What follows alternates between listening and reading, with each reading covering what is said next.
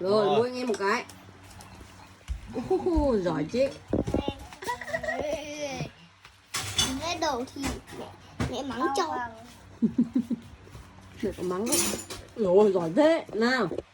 Nhanh.